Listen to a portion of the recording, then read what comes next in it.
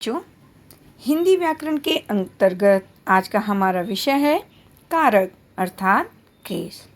आज हम इस पाठ में कारक की परिभाषा, उसके भेद और वाक्य में उसकी उपयोगिता के बारे में पढ़ेंगे। बच्चों, इस कहानी में कारक के विभक्ति चिन्हों का पहचानेंगे और कारक के महत्व को समझेंगे।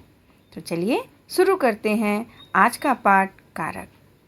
किसी जंगल में बरगद का एक पेड़ था। उस पर अनेक बगुले रहते थे। उसी पेड़ के कोटर में एक सांप भी रहता था।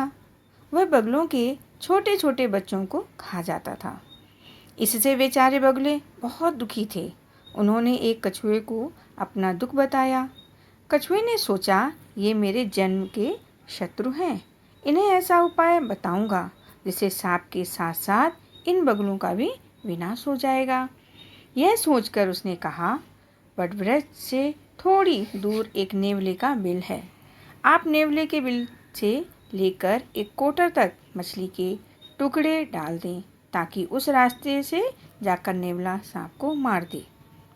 बच्चों, उपर्युक्त गद्यांश में, का, पर, के, को, ने, से वे शब्द हैं जो पूरे गद्यांश के शब्दों को एक दूसरे से जोड़ रहे हैं। यदि ये शब्द ना लगाए जाएं तो गद्यांश का अर्थ ठीक से समझ में नहीं आएगा। ये सभी शब्द कारक चिन्ह कहलाते हैं। इन्हें उपसर्ग अथवा विभक्ति चिन्ह भी कहते हैं। तो बच्चों, कारक की परिभाषा है संज्ञा या सर्वनाम के जिस रूप से उसका संबंध क्रिया से जाना जाए उसे कारक कहते हैं। तो बच्चों, कारक की परिभाषा क्या है? फिर से एक बार दोहराती हूँ। संज्ञा या सर्वनाम के जिस रूप से उसका संबंध क्रिया से जाना जाए उसे कारक कहते हैं। कारक के भेद। कारक के हिंदी में 8 भेद होते हैं। कौन कौन सा? कर्ता कारक, कर्म कारक, करण कारक, संप्रदान कारक, अपादान कारक, संबंध कारक, अधिकरण कारक और संबोधन कारक। कारक के उपयुक्त 8 भेदों के लिए अलग अलग चिन्ह निर्धारित किए गए हैं जिनसे उनकी पहचान होती है। आइए जानें। कारक, उपसर्ग या विभक्ति चिन्ह, पहचान और प्रयोग। कर्ता ने, किसने, कौन। प्रयोग कैसे करेंगे? राहुल ने कागज फैलाए हैं, महेश पढ़ रहा है। दूसरा है कर्म, इसका विभक्ति चिन्ह है को। इसकी पहचान क्या है? क्या, किसको, कहाँ। इसका प्रयोग है लकड़हारा पेड़ को काट रहा है, पिताजी दफ्तर गए हैं। तीसरा है करण, से, के द्वारा, किससे, किसके द्वारा। पहचान कैसे करेंगे इसकी? किससे, किसके द्वारा। इसका प्रयोग कैसे करेंगे वाक्य में? छात्रा कलम से लिख रही है, बच्चा खिलौने से खेल रहा है। चौथा है संप्रदान कारक। इसका विभक्ति चिन्ह है के लिए, को। किसके लिए? प्रयोग में मामा जी रोहन के लिए मोबाइल लाए, बीमार को दवा दो। पांचवा है अपादान, से, अलग होना। कहाँ से प्रयोग में किया है? कल रीना साइकिल से गिर गई, रेलगाड़ी सही समय पर स्टेशन से छूटी। संबंध का, के, रा, री, रे। किसका, किसके, किसकी। सुरेश का भाई कमलेश है, मेरे दादाजी की तस्वीर बहुत पुरानी है। अधिकरण, 7th वन है अधिकरण। में, पर, किसमें, किस पर, कहाँ। कमरे में चूहा है, मेज पर पानी का जग रखा है। 8th वन संबोधन। हे, अरे, हे प्रभु मेरी रक्षा करो। अरे राधा तुम कब आई? अब बच्चों, कर्ता कारक का हम पहचान को देखेंगे। शब्द के जिस रूप से कार्य करने वाले का बोध हो वह कर्ता कारक कहलाता है। जैसे नीना ने कमरा साफ किया, छात्र पढ़ाई कर रहे हैं।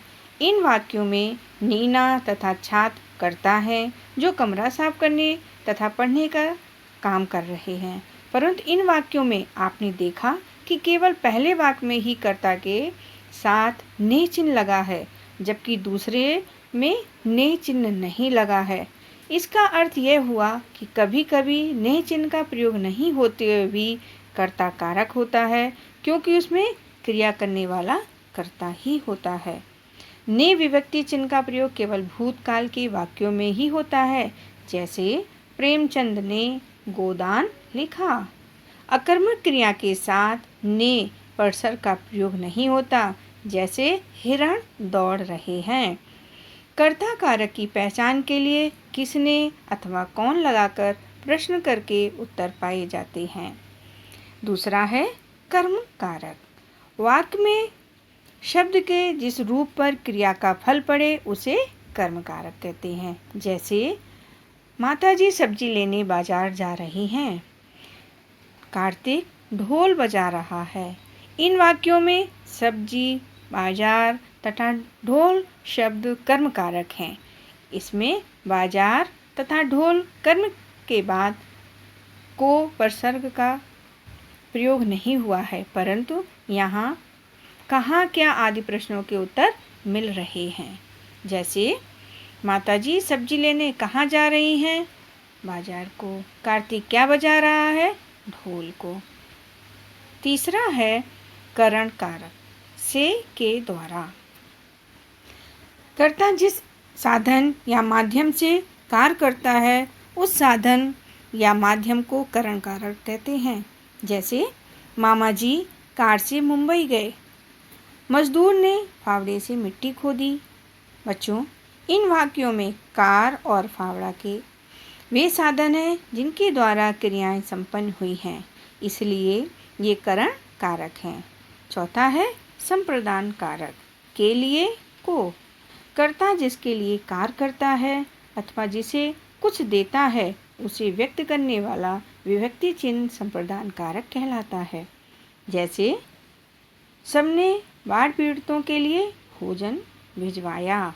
दूसरा है सेठ जी द्वारा गरीबों को कंबल बांटे गए। इन वाक्यों में सब तथा सेठ जी कर्ता है जिसके द्वारा बाढ़ पीड़ितों तथा गरीबों के लिए कार्य किया गया है, अतः ये संप्रदान कारक हैं। पांचवा अपादान कारक। से संज्ञा अथवा सर्वनाम के जिस रूप से अलग होने, डरने, तुलना करने आदि भावों का पता चलता है उसे अपादान कारक कहते हैं। जैसे का गंगा नदी हिमालय से निकलती है। खा समीर पवन से अधिक बुद्धिमान है। इन वाक्यों में हिमालय तथा पवन अपादान कारक हैं, क्योंकि इनसे अलगाव तथा तुलना के भावों का पता चल रहा है। अपादान कारक में जाने तथा दूरी बताने जानने के लिए भी से उपसर्ग का प्रयोग होता है। संबंध कारक। का के की रेरा री।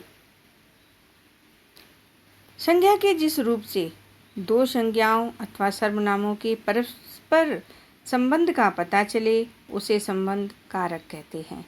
जैसे आज नीतू के भाई का जन्मदिन है, हमारे विद्यालय में वार्षिकोत्सव है।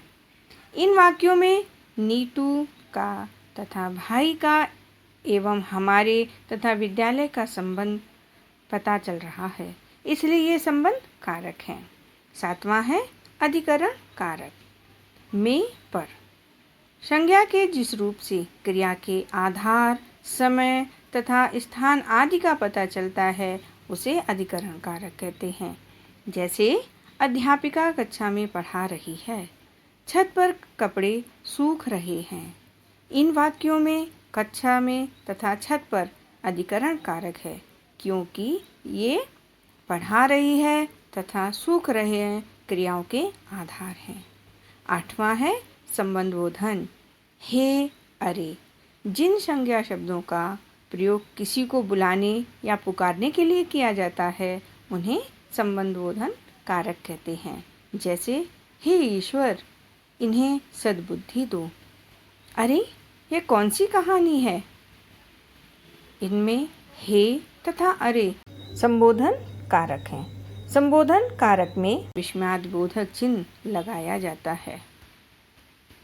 तो बच्चों, हम समझ गए इस पाठ के माध्यम से संज्ञा या सर्वनाम के जिस रूप से उसका संबंध क्रिया से जाना जाता है उसे कारक कहते हैं। कारक चिन्हों के बिना वाक्य अधूरे और अर्थहीन होते हैं। कारक चिन्हों को परसर्ग या विभक्ति चिन्ह भी कहते हैं। वाक्य में सभी संज्ञा शब्दों का संबंध क्रिया से होता है तथा क्रिया से संज्ञा शब्दों का संबंध कारक चिन्हों परसर्गों का पता चलता है। तो बच्चों, कारक के कितने भेद होते हैं? कारक के 8 भेद हैं। कर्ता, कर, करण, संप्रदान, अपादान, संबंध, अधिकरण तथा संबोधन। तो बच्चों, मैं आशा करती हूँ कि आपको कारक अच्छी तरह से समझ में आ गए होंगे।